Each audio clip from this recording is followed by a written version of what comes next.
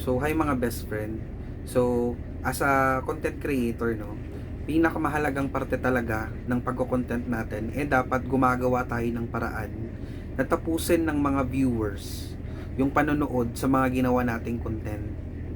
Yung tipong tinatapos nila yung content natin, yung tinatapos nilang manood sa mga content natin simula't simula hanggang sa dulo. Kasi halimbawa, hindi ba kayo nagtataka? Kunyari, yung video ko, nakita nyo sa wall nyo. Tapos pinanood mo lang naman yung video ko, hindi ka naman nag-like tsaka nag-comment. Pinanood mo lang naman yung video ko pero hindi ka naman nag-share, hindi ka naman nag-follow. Pero lagi-lagi yung video ko yung nakakita mo sa wall mo.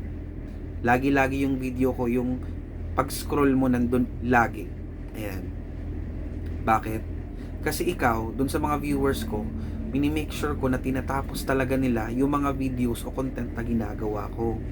Pag ganun kasi nangyayari, pag may yung mga viewers mo laging tinatapos yung mga content na ginagawa mo, binabasa ni Meta yun as interesado yung mga viewers na yun dun sa social media content creator na yun.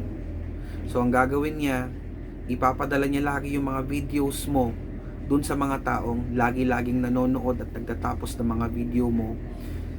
Yung mga nanonood simula't simula hanggang sa dulo. Okay? So, paano kung hindi naman ako followers? Nanood ako ng video mo, pero tinapos ko. Yun. Kahit hindi ka followers, kahit hindi kita followers, pero pinanood mo ng buo yung video ko, simula't simula hanggang sa dulo. I-recommend ni Meta yung video ko sa'yo at doon sa mga viewers ko na gumagawa nun, kahit hindi ka pa followers. So, ulitin ko, mas mahalaga ang viewers kaysa sa followers. Kasi doon, kahit hindi ka followers, i-recommend pa din ni Meta yung mga content mo dun sa ibang tao na yun. So, yun lang po. Kung may natutunan kayo, please follow, like, and share.